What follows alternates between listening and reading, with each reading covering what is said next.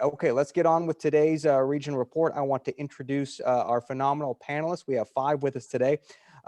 Diana Didi Yazzie Devine, she is the CEO and president of Native American Connections. Maurice Jones, he is the president and CEO of LISC, that is Local Initiative Support Corporation. Jean Kalbacher, she is the CEO, UnitedHealthcare Community Plan of Arizona. And Tina Tamboer, senior housing analyst from the Cromford report. But before we get to our panelists, I want to bring in Chris Camacho, president and CEO of GPEC. And Chris, I believe, as always, you have a tremendous economic update for us before we get started with our discussion. How are you, Chris?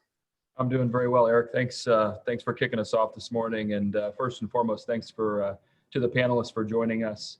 Such an important topic as we talk about housing affordability. And I look forward to hearing the thoughts as to how we as a community address the opportunities that are before us. So before I dive in to my economic update, and I'll be brief this morning as I'm kicking us off, I did want to take a moment to celebrate with each of you in the reflection that GPEC as an organization and as a community in economic development was ranked the top organization in the U.S.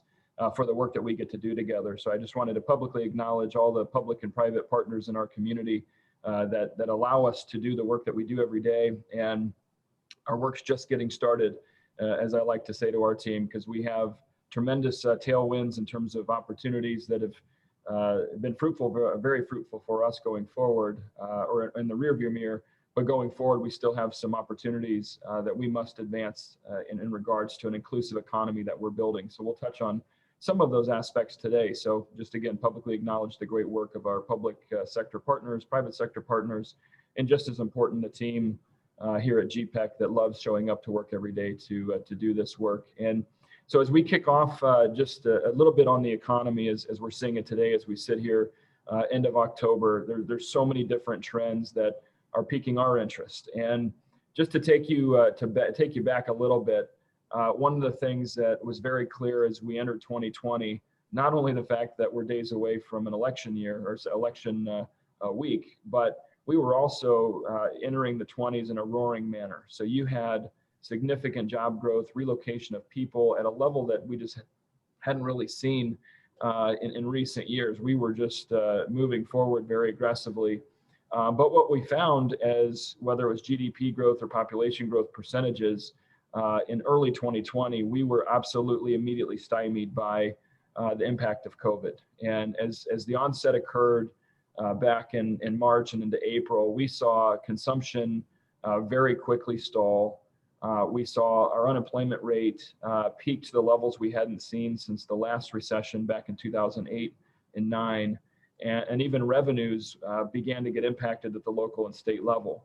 Now, what's positive from our standpoint is, again, we sit here entering Q4. There were numbers that just came out today on the national landscape that the Q3 GDP performance was up significantly from a recovery that in Q2 was very, very challenging. We saw 30% contraction in our economy in Q2, and now we're seeing over 7% recovery coming back in Q3. And at the same time, we went through a period where we saw very significant unemployment, individuals being unemployed nationally, and that number's beginning to come back and be more in check in Arizona. One of the things also I wanted to mention is another confluence of trends I think that's very important. Upwork, which is a group out of California, released just this morning, so this is hot off the press, that they did a number of national polls, and it is expected that 23 million Americans will be relocating due to the remote work transition that many corporations are taking. So that means, a high percentage of Americans are going to be much more mobile as it relates to what we expect to see over the next 12 months. So how does that tie in ultimately to what we're going to talk about today with housing affordability? I'm sure as the panelists will talk about, we've seen pretty significant appreciation in our base housing here in the metro region. And as a byproduct, you're seeing many markets across the US, notably Chicago, Seattle, San Francisco, Los Angeles, you're seeing a fleeing of those markets. And we're going to be one of those places in addition to Dallas, Atlanta, Charlotte, Austin, Denver, where a lot of these residents are going to be shifting to. And so what we pride ourselves on here at GPEC is that, not only are we supportive of ensuring that we have public policies that supports and encourages people to move here. But I'd say just as important and more importantly, if you look at the composition of our economy today versus where we were a decade ago, we're much more diverse economically than we were previously. And hence why we have the third lowest impact to our GDP here in the region in state of any other market across the US. So again, we have some very positive numbers that we're tracking, again, just in the last few months that show that Q3 and Q4, we're going to see recovery. But however, we must continue to mask up, social distance, and keep COVID in check so we don't have massive spikes going forward, because we're in the midst of that second surge, as many of you are seeing in the national media. So back to this current slide, I wanted just to draw your attention to something that's very important. You're going to hear debates about V-shaped recoveries, K-shaped recoveries. In reality, the macro level direction does look like a V-shaped recovery, a pretty massive loss in Q2, and then a rebound that will occur over Q3, Q4. Now, what concerns people like me and others that focus on the economic architecture and prosperity for all Arizonans is the fact that this recovery is very uneven. And so you see here 87% of these jobs lost are in these particular sectors. So you're going to hear terms, hopefully post this election process next week, in that there's a middle skill challenge that's going to hit our country unlike anything we've ever seen. And even probably noted as a blue collar recession. And what that means is those that have high school degrees and below are more vulnerable in this recovery than the other segments of our population base. So again, when you have almost 9 out of 10 jobs lost in these certain sectors, hospitality, professional business services, healthcare, retail, we're going to have a long tail of recovery in those sectors that we're going to have to work together as we see consumer spending coming back. Okay, go ahead. Let's go to the next slide. So when I talk about consumer spending, so these numbers are run against what you saw in the January kind of baseline. So again, pretty optimistic January, February timeframe. And as you see the result against Maricopa County, Pinal, Arizona, and the US, you really began to see sluggish spending occur in March. So we're still seeing incremental growth in consumer spending. And then obviously the emphatic drop off that occurred as well in April. So April against our January numbers, very reflective of what we saw in the GDP contraction. And in the latest numbers in September, before these October numbers came out, we were still seeing impacts, but less so than what we were seeing on consumer spending patterns than what we saw in April. So the good news is we're inching back to more regularity than what we saw earlier this year. Go ahead. So also what that results in when you have consumer spending in a place like Arizona, which relies significantly on TPT, transaction privilege taxes, is we're seeing much more confidence now in our estimates with JLBC, our Joint Legislative Budget Committee, that our revenues for the state are coming in much better than expected. I talk pretty regularly with our mayors and our city managers here in the region, and most were being very cautious about revenue expectations through the balance of the year. And many of our cities are actually outpacing collections because of, you can see here, utility tax, use tax, which is predominantly online collections, contracting, and retail sales tax has been better than many of us expected in this recovery. I will note, however, restaurants and bars, as you can see, those that were more exposed during the shutdown and still in recovery, we do expect a small percentage. We think anywhere from 8 to 15% of our SMBs, our small, medium-sized enterprises, are still at risk for closure. And a significant portion of those are in the small, locally owned restaurant business sector. So again, very important. We're not near out of the woods yet in that regard. Go ahead. So this is my final slide I wanted to land on today. And again, I talked a little bit about this, but when you look at GDP decline, as I mentioned, Q2, we are seeing modest recovery in Q3. Massive unemployment that we saw from March to September. Roughly 18.8 million Americans were left unemployed, and we're seeing that again slowly recover as we see the jobs market reposition itself. Mass and consumer spending drop as I just described, but that is coming back. And then SMB closures.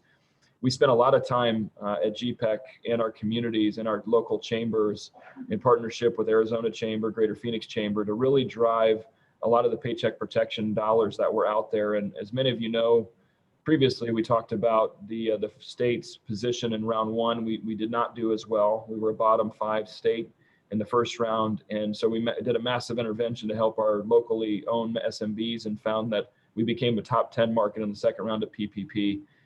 There's still a lot of debate, however, around how long can these small businesses sustain this curbed consumer spending. And there's a lot of also debate with the Fed today, even though they've been very activist oriented in the last 2 quarters, keeping interest rates low and propping up the capital markets. The Fed chairman talked a lot about needing a second major congressional move on a stimulus act that will support Americans that still need help getting through the fourth quarter as we hope to see vaccines and other pandemic support coming forward in the 2021 year.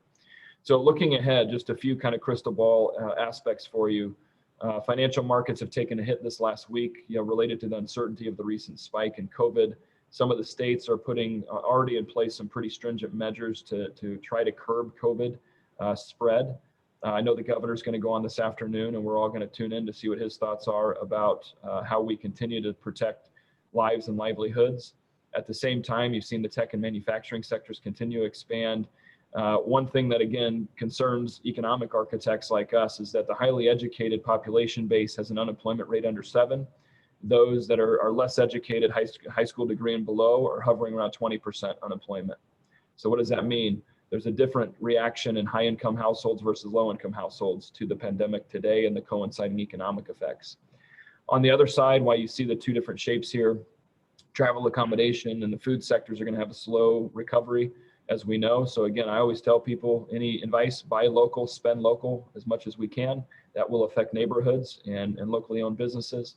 And again, as we come out of this, we're going to need economically focused strategies on inclusive growth and not just top level programs like we've had in the past that have fueled Arizona's growth. We're going to have to look at a variety of topics that are much more inclusive than we ever have before. So that's what GPEC is going to take on going forward. And I'm very optimistic about what's around the corner for our state. We have tremendous momentum, but this conversation today, housing affordability, how it ties in, is we need to ensure that we have the right kind of tools, the right kind of capital partners, the right kind of public policy to ensure that all Arizonans can continue to afford residential opportunities here in our region and work together as city, regions, and states to make that happen. So with that, Eric, I'm going to kick it back to you, and thanks for the opportunity to give a brief update this morning. Yeah, Chris, and one more time, just congratulations. What an honor, what a recognition. You, Bethany, Nicole, the whole team over at GPEC. I know it's been quite a year for you guys, so we appreciate everything you do, and that honor is well deserved. So thanks a lot, Chris. I know you've got to hop off as we get to our panel here. Thank you. Okay, let's bring Tina into the conversation now. Tina is a senior housing analyst with the Cromford Report. In this role, she's responsible for external operations in Maricopa and Pinal County, providing real estate stats, trends, reports, and data services. Regularly featured as a guest on KTAR's 92.3's That Real Estate Show with Diane Brennan, and has served as an expert panelist on a wide range of real estate themed panels locally and throughout the world, and including this one right here, right today. So Tina, let's kick it over to you. I know you have a presentation for us with some slides, and we'd love to get your perspective following Chris's update. Yeah, thank you, Eric, and thank you, GPEC, for having me on your event today. I believe that what we're seeing, and many of us who have been watching the greater Phoenix real estate market for many years, at least 20, 30 years now, are starting to see some scenarios that remind us of the past. So bubbles, crashes, all of that. So there's a lot of anxiety about whether or not the market that we're in right now is sustainable and how long will it last. And first and foremost, how did we get here again? So let's talk about that. Let's talk about how this market is a little bit different, why affordability is going to be a bigger deal this time around, and how hopefully some of the solutions we choose for greater Phoenix will not repeat some of the mistakes of the past of some of the other big cities that we've had. But let's talk about how we got here first. So in the first question we want to ask is, have we been building enough for the population growth that we've been having? And so one of the things that really contributed to the housing crash of 2008 was the fact that in the first part of the 2000s, we were building more percentage-wise than our population was actually growing. So you can see that red line over the blue line in the first half and the 2000s. And then by 2010, we started to underbuild for the population growth. So the glut of housing that was created in 2008 that flooded our market right as financing collapsed, everything started to collapse, and we had all these vacant homes. All of that glut has slowly been eaten away out over time over the last 10 years, and we have turned that into possibly the cusp of a shortage. So what does that look like? On the next slide, we'll see just overall how those two lines really do correspond. You can see the gap between our population growth and our housing growth in the last 10 years has started to widen. So in the first part, we grew our housing by 34% while our population grew 28%. In the 2010s, we grew our population by 18%, but only grew our housing by 9%. So that is, again, creating that gap is putting a squeeze on the inventory that we have, and it's squeezing out some people who cannot accommodate the level of appreciation that we're seeing. And so just to put it in one more view, on the next slide, you'll see what it looks like population per housing unit. We went from 2.44 people right at the beginning of 2000.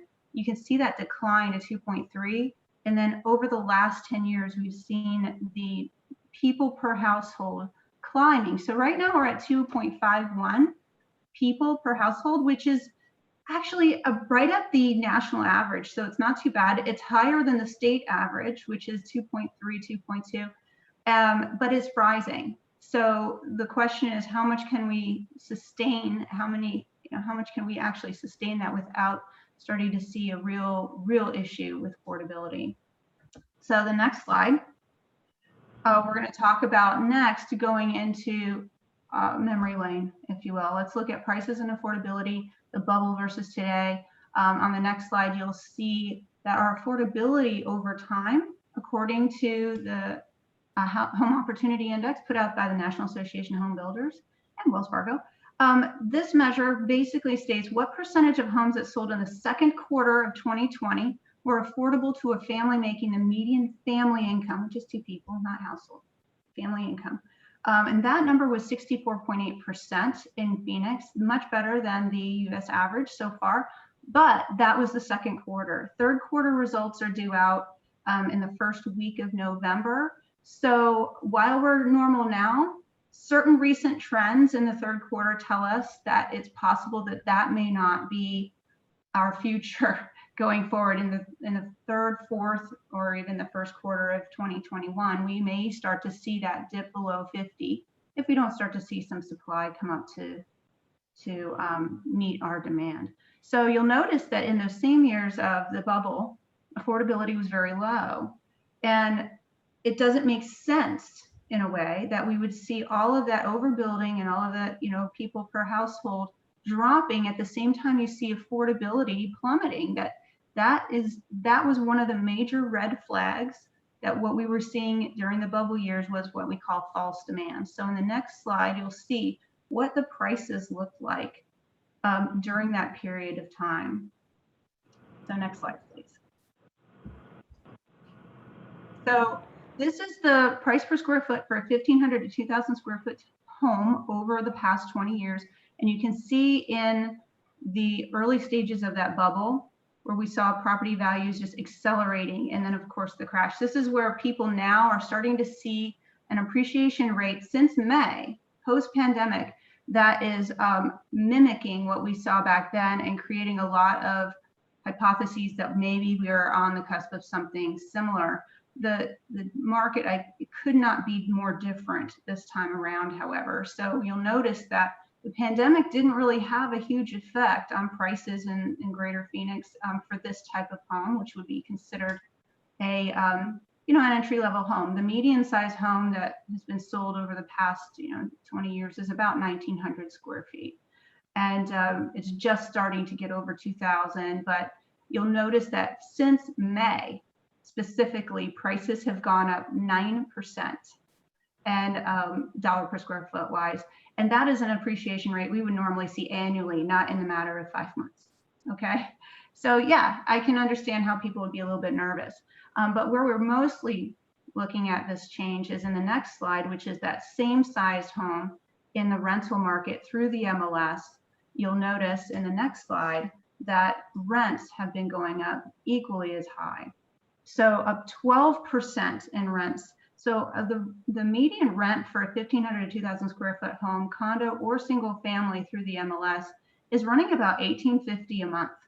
And the mortgage payment for that same home is running in the low 1,700s with taxes and insurance and mortgage insurance and everything with a 10% down payment. And so when you look at these two together, you'll notice one main thing from 2001 to 2005. In the next slide, when we overlay these together, you'll see the big difference between the bubble of 2004 through 2008 and where we are now. So the big red flag that we saw back then was rents were declining as home values were rising. And the only reason rents ever decline is because of vacancy, because you don't have the people to put in the homes. The rents have to come down to attract them. But you don't necessarily see prices rising at the rate they were at the same time you see rents decline. That means that we had a lot of people purchasing homes that were not truly demand. They had no intention of living in the home. They had no intention of renting it out to somebody who was going to live in the home. That was the biggest problem. They were taking advantage of loan programs that were very easy, but most of those people purchasing homes in 2005 were not real buyers. That's not what we're experiencing today. Today, we're seeing rents rising almost at a much sharper trajectory than the price of homes. And so this tells us that this go round, we really do have true housing needs.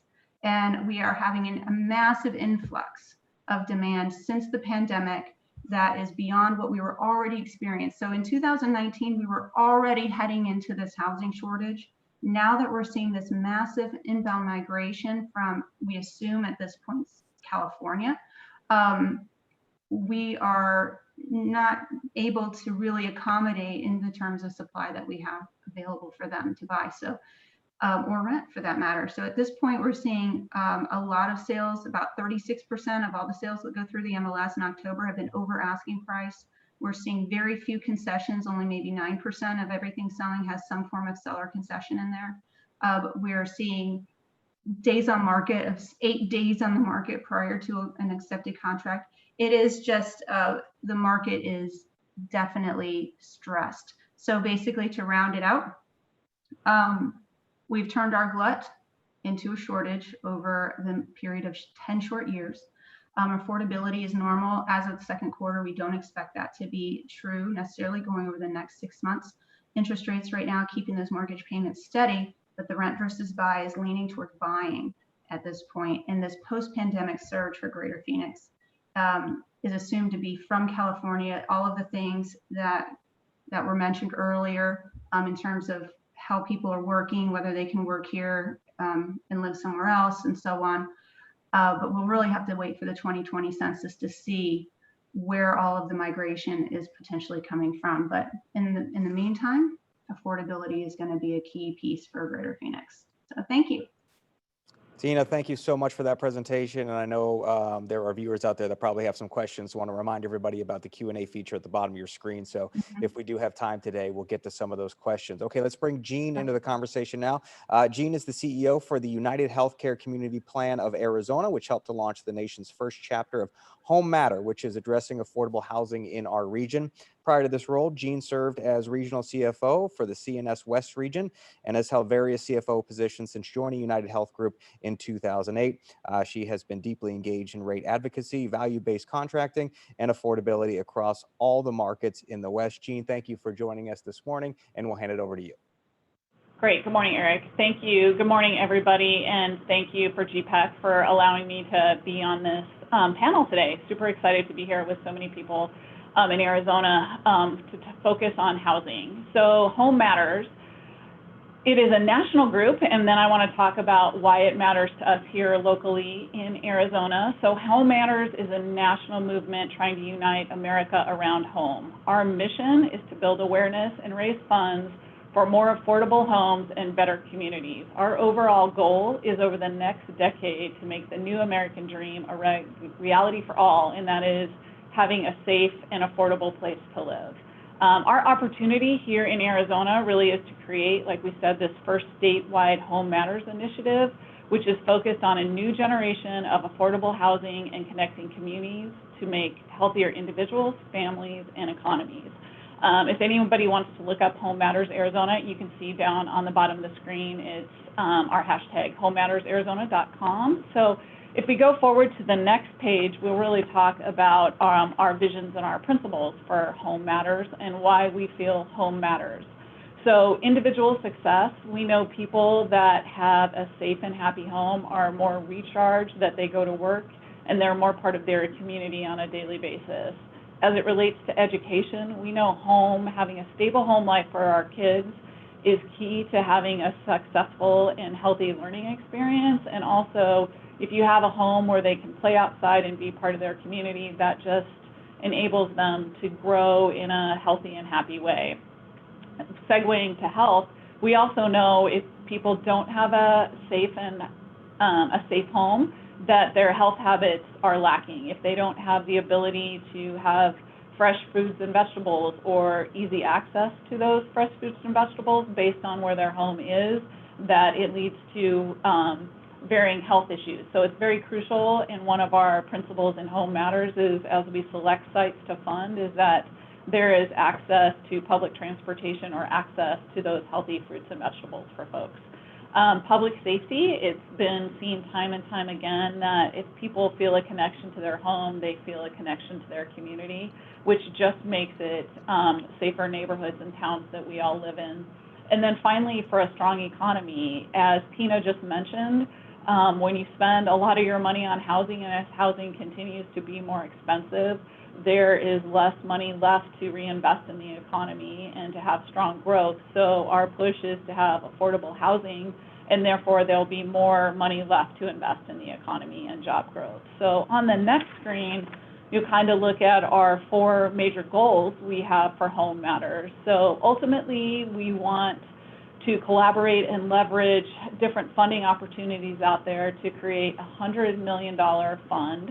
And with that fund, we want to strategically target new housing opportunities in the great state of Arizona. So not just in Phoenix, not just in Tucson, but across the state, because we know there is not affordable housing across the entire state.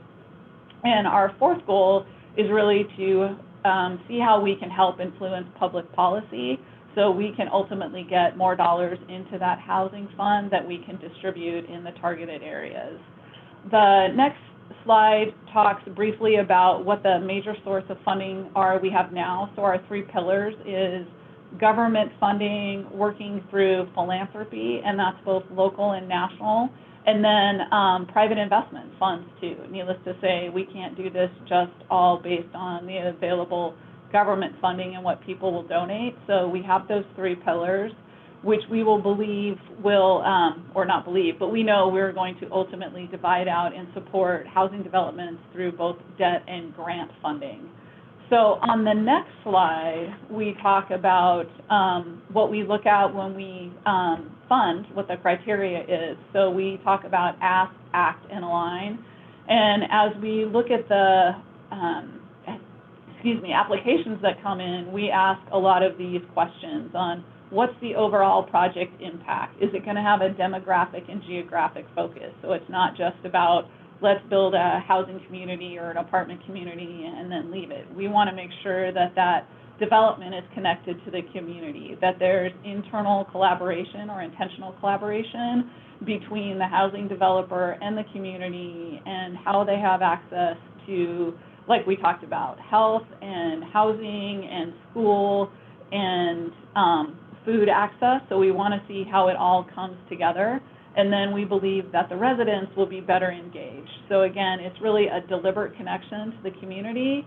And so bringing it all together. So that is a big push of when we go through and look at the funds or the funding projects that we will actually support through Home Matters Arizona.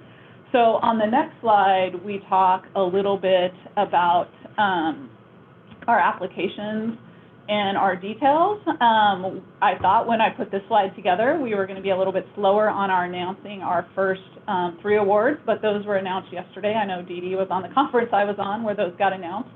So we're super excited to say that our first funding awards total $1.2 million, and those will be to 3 different projects, one in Phoenix, one in Tucson, and one in Flagstaff, to bring up a number of different housing units. Typically, what we were trying to do through Home Matters Arizona is limit those first sets of grants to just $1 million in each tranche. But since this was our first opportunity, we got a little excited and went a little bit over that. So as we say on here, the grants can either be to 1 award or multiple projects. So this first funding tranche, we did 3 different projects. We have yet to supply any type of debt financing, but hope to do that in the future. And again, that can be a single award or multiple projects. And just a little other bit of information on when we review the applications that come in, we encourage folks to apply for either a grant, a debt, or both, and we will consider both of those. We're really trying to target shovel-ready projects, and what I mean by that is Home Matters will really be the last stack of that funding for that project. We want to make sure that the folks that apply for the grants or the debt have gone through the whole process. They know where they want the housing project to be. They want to know what their major focus is. As we talked about before, we want to make sure it's taking into account the whole community and social determinants of health. So we really want those projects to be shovel-ready, meaning hopefully they're up and going in the next 3 to 6 months so we can have folks housed within the next year.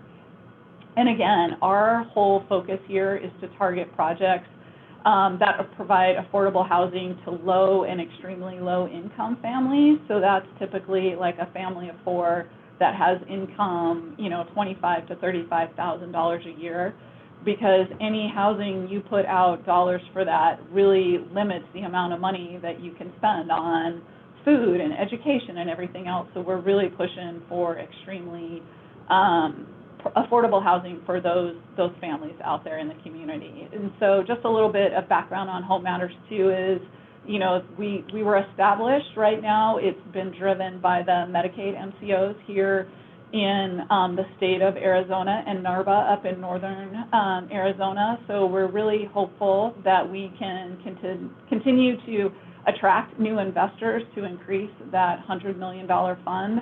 And we hope to announce more projects in the future to have affordable housing. So that is Home Matters. And so I'll turn it back to Eric. Gene, thanks. What a wonderful organization. Congrats on that award, getting it out there. And jumping the gun a little bit, like you said, but very, very exciting news. Okay, let's bring Dee Dee into the conversation now. Dee Dee has worked with Native American urban and tribal entities since 1972 and employed as the CEO of Native American Connection since 1979. With over 40 years of experience, Dee Dee has a range of experience with comprehensive behavioral health and integrated medical services, affordable housing, and community-based economic development opportunities. Her dedication and leadership have been recognized throughout the community in a range of honors and awards, and honored to have her with us this morning. Dee Dee, we'll turn it over to you for your presentation. Thank you very much, Eric. Appreciate that. Housing was a problem before COVID, but it has really come to the forefront as an essential to healthcare outcomes. Go ahead, next slide. The impact of COVID on Native American communities in Arizona has been really significant. 4.5% of the Arizona population is American Indian, with 11% of our COVID deaths related to tribal communities. Some of the communities have had infection rates as high as 20% of the population, which are some of the highest infection rates in the United States. And many of those challenges for tribes are about the lack of housing. Next slide. You'll see that I'm going to speak from the human aspect of housing. We provide a full range of housing across the board. You need all types of housing to make sure that people are housed. We have a shelter for homeless youth. They're trafficked within 48 hours of being on the street, and we really want to make sure they receive a safe place to live. Go ahead. We also provide transitional housing for homeless youth. Keep going to the next slide. Giving them the skills to be the next generation of tenants and renters, because we don't want them to be who we're seen as chronic homeless in our community. So making sure they're only paying 30% of their income. Go ahead, next slide. And you can see this was an infill project. It only took about 6 months to stand it up. And we created this really nice affordable unit where youth are paying only 30% of their rent once they start working. Easy to get a youth a job, hard to keep them building the life skills to really sustain their housing. Next slide. So how do we take housing into a community for chronic homeless individuals and have the neighborhood support us? It's by going and reinvesting in a blighted neighborhood. Next slide. So on that lot, we actually build permanent supportive housing for chronic homeless individuals, and the neighborhood association actually meets in our facility. And this is built with the financing of the low-income housing tax credit program. Quality housing, safe housing for all Arizonans. Thank you. Next slide. And here's another example of permanent supportive housing. And you can see since 2010, everything we've built has either been LEED or has been LEED certified, platinum or gold certified. And this was another infill project, new construction, but also renovation of those 2 historic homes right next to it. Next slide. And so during COVID, both the county and the city and the state have really invested in motels that were vacant at the time, trying to prop up that industry a little bit and using the motels for bridge housing for, we're operating the Travel Lodge in downtown Phoenix for seniors that were homeless that had high risk medical complications. And now that they're in bridge housing, we've already been able to, just since July, place about 40 of those seniors into permanent housing. So I'm hoping that this strategy will keep going after COVID. Next slide. So Native American Connections always focused on the affordable housing market that Jean was talking about, that very low income family. So Devine Legacy is affordability for those families earning the wage from maybe 20,000 to 40,000. It's LEED Platinum certified, it's on the light rail, and it is both affordable and market rate. And when you rent a house there, you don't know which unit is which. And so I think it's really a testament to affordable housing. Go ahead, next slide. That it doesn't look any different than market rate housing. Here's an example of one of the units. Next slide. And just really, I had to put some children in there because really why we do that work is that kids that don't have to move, the family's not paying more than 30% of their income, they get to have that disposable income that Jean was talking about. And kids that don't move, they have higher high school graduation rates, higher GPA rates. And so we just really want affordability for our kids as well as, the families. Okay, next slide. This is a project in the heart of downtown Phoenix where rents are probably $1,800 to $2,000 a month, and our affordable housing starts at $500 a month. Again, LEED certified, and has both market rate and affordability in this project right downtown. Next slide. It's really important that we focus on seniors and people with disabilities that are on a fixed income like Social Security assistance. They cannot afford rents in Phoenix right now. They do not have enough monthly income to afford the average rent. And so we're very focused on, we actually capitalized a rental assistance program when we developed this project so that we could pay the rental gap for the senior when they couldn't pay enough for their property unit. And it's probably less than $1,800 a year to really give the senior that extra gap to stay stably housed. Next slide. Next slide. Don't have time to talk about that, although I'd like to. Next slide. So every year HUD requires each county to do a point in time count.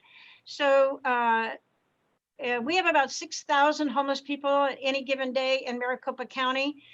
For the past 5 years, the unsheltered or the sheltered population has increased by about 5% in Maricopa, but the unsheltered population has increased by 22%.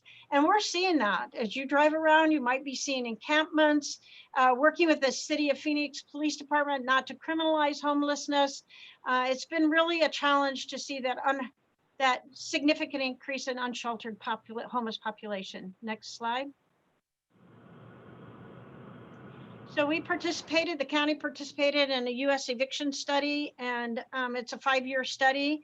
And over that 5-year period, there were over 17,000 home foreclosures, which is 2 times the national average. And over 180,000 renters were evicted, which is more than 2.5 times the national average. And 1 in 3 renters were evicted in that 5-year period. Next study, and next slide. Go ahead, next slide. So I think there's a significant concern. We've had an eviction moratorium here in Arizona, and there's been a national eviction moratorium through December 31st. There's a prediction that says there's going to be owed to landlords almost $70 billion in January, with each renter owing over $5,000. And so I think people are extremely concerned about eviction when that moratorium is lifted. Next slide. So for me, it's a very simple equation for affordability. The city of Phoenix alone has determined that they have about 160,000 unit gap of affordable housing just within the city alone. When people have to pay more than 30% of their income, they're considered rent burden. And so our average rents have escalated, as Tina said, but our wages have been relatively stagnant. So we have about half of our jobs are under $15 an hour. And so a person making minimum wage has to work 70 hours per week, almost 2 jobs, in order to pay the average 1-bedroom rent. Next slide. And these were the recommendations from that national U.S. eviction study, that we must improve access to eviction, mortgage, and tax foreclosure data, increase wages to pace with rising housing cost, expand voucher and rental assistance programs, restore and expand the Arizona Trust Fund and the tax credit, establish the Arizona tax credit, which allows you can leverage that with Home Matters, Jean, in order to build more affordable units, and investment in projects that help blighted neighborhoods. Next slide. I'm going to have to pass on this. I wish I could talk about it, but I don't have time. So next slide. And I'll just leave you with this thought. If Black and brown communities died at the same death rate as whites, who would still be alive? 20,000, more than 20,000 African Americans, more than 10,000 Latinos, and 1,000 Indigenous people. Just something to think about. Thank you. All right, Dee Dee, thank you so much for your presentation and all your hard work. Let's move things along here. We're going to bring Maurice now into our discussion. In 2016, Maurice was appointed president and CEO of LISC, Local Initiative Support Corporation, one of the country's largest organizations aimed at revitalizing community and catalyzing economic opportunities for residents. Prior to LISC, Maurice was the Secretary of Commerce and Trade of Virginia and Deputy Secretary for the U.S. Department of Housing and Urban Development. And I know you're joining us live from Virginia today. So thank you, Maurice, for spending the morning with us, and we'll turn it over to you. Thanks, Eric. Nice to be with you. Good morning to you all. Good afternoon. If anybody's from Virginia who's listening, it's nice to be here. I know Tina's from Virginia. It's nice to be with you all. I'm going to try to give you a little bit of a national perspective and then bring it home to the greater Phoenix area, the greatest area in the country, by the way. Don't tell the other areas I said that, but I want to make sure I get that in. Look, LISC works in 36 metropolitan areas around the country. And then we work in another 2,300 rural counties in 45 states. So we work in all states in the union. And this issue of housing affordability is present in every market where we work. The themes that we are seeing are protection, preservation, production, anti-displacement, and policy. All themes that we have hit on in this conversation. I want to tell you about a couple of things that we see going on that are certainly relevant, I think, in the Phoenix area. Charlotte, North Carolina is a place where we're at work now. Charlotte found itself on a list that no one wants to be on. There was a survey done of the top 50 metropolitan areas in the country. And the survey was looking at where in the country, in these top 50 metropolitan areas, can a person be born poor and have the best chance of escaping poverty during his or her lifetime. Charlotte scored 50 out of 50. Not the rank that they wanted to be in, as you might imagine, and something that really spurred them. And they put together a local commission and looked at a number of recommendations. One key recommendation, though, that they came back with was that a central piece of what they had to do was to develop and preserve more affordable housing. So in Charlotte, what we ended up doing was the city put an additional $50 million into its housing trust fund. The citizens voted by referendum. 66% of the citizens voted. In addition to that, we, just like the Home Matters Affordable Housing Fund, which, by the way, we're happy to be partnering with Gene and others on managing, we put together a private sector fund in Charlotte of another $50 million. And what happened was we combined the two funds and we're managing them together. And we're focusing at least 20% of the housing that we're financing has to be affordable to folks who are living at 30% of the area median income or below. And then the other piece is the real focus is mixed income housing in high opportunity areas in the Charlotte area. The beauty of that was the public-private sector partnership and also this real focus on folks who are at the 30% of area median income. That partnership is working very nicely together. We're managing both of those funds together. We're saving the city funds because now the city has a private sector partner to invest with, and we're building more affordable housing across the income spectrum. Let me go quickly to, in the interest of time, to a place that you all are probably feeling an impact from, which is the Bay Area. The Bay Area, the Chan Zuckerberg Initiative, several other foundations came to us and said, look, we have a real issue with housing affordability here. We want to put together a private sector fund that actually has flexible capital and that funds stuff that's not being financed sufficiently by the public sector housing financing system.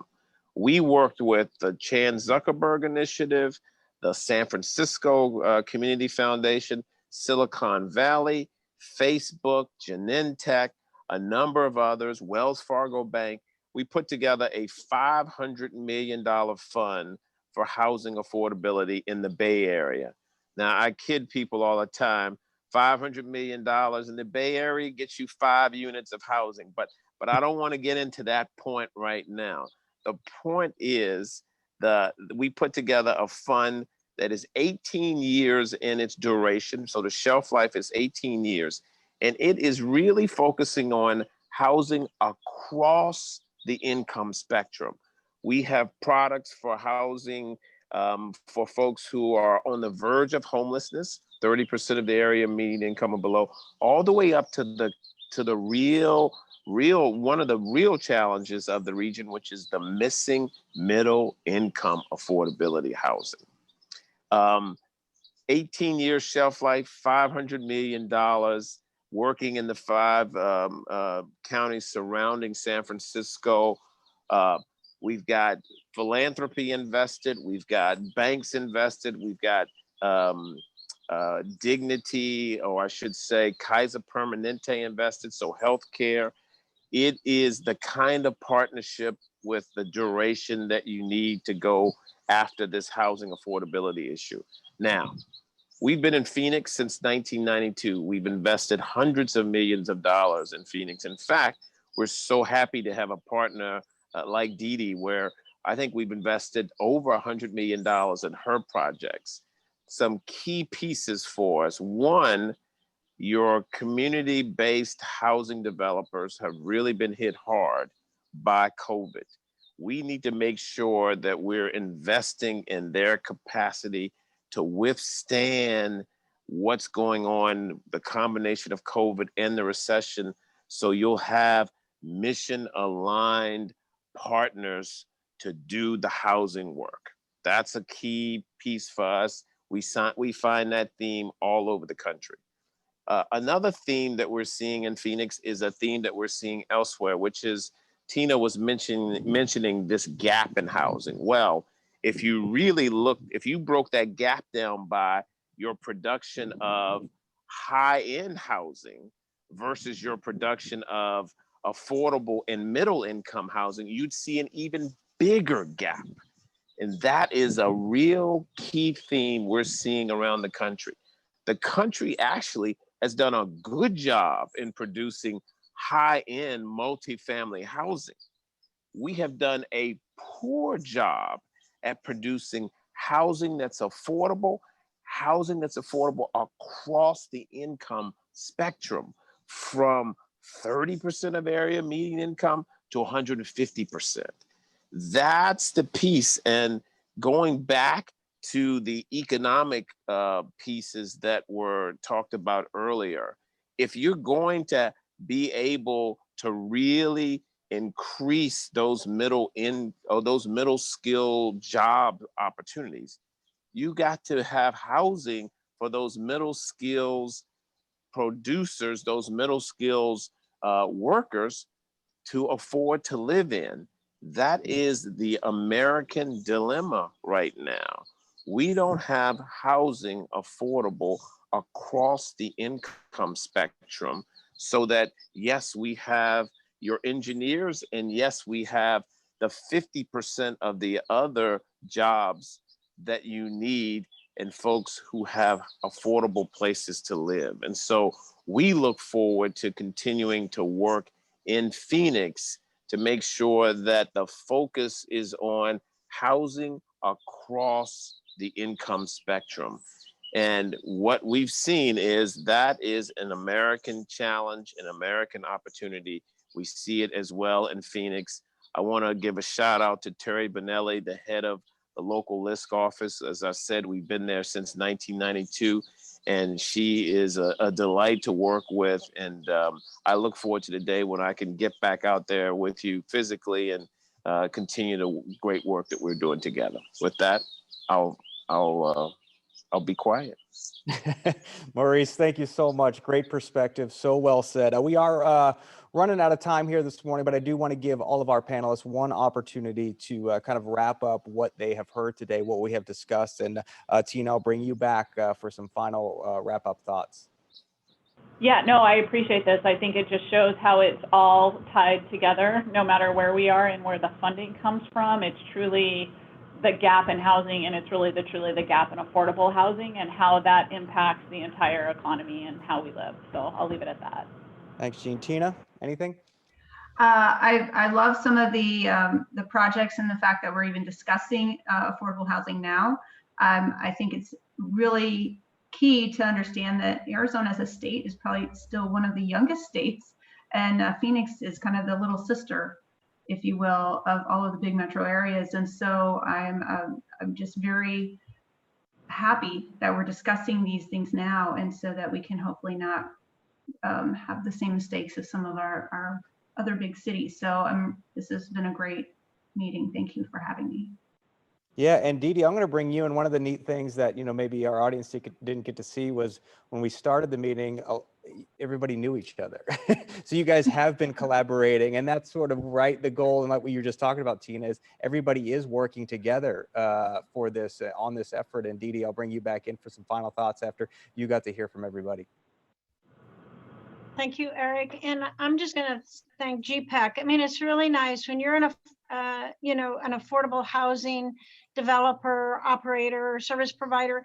We can't, we struggle when we do it alone. And it's really nice to have, when you have the private sector, you have the healthcare industry, you have funding people like LISC, when they're really behind us small nonprofit developers, we can really make, be the voice for our community and really try to provide that big range of housing that Maurice was talking about. But we appreciate the private sector, the opportunity to really let the private sector know the importance of affordability. So thank you. Maurice, any final thoughts? I got to see so much pride on your face referencing some of the partnerships that you were discussing and with the rest of the panelists. We love Dee Dee. That's one final thought. So we've been delighted to be able to work with her. Look, housing affordability is a team sport. We all have to commit to being great teammates for a generation if we're really going to make serious advances in this. And so I'm happy to be on your team. And I do want to also thank Eric, you and the team, and everybody from the Greater Phoenix Economic Development Organization. So thanks much.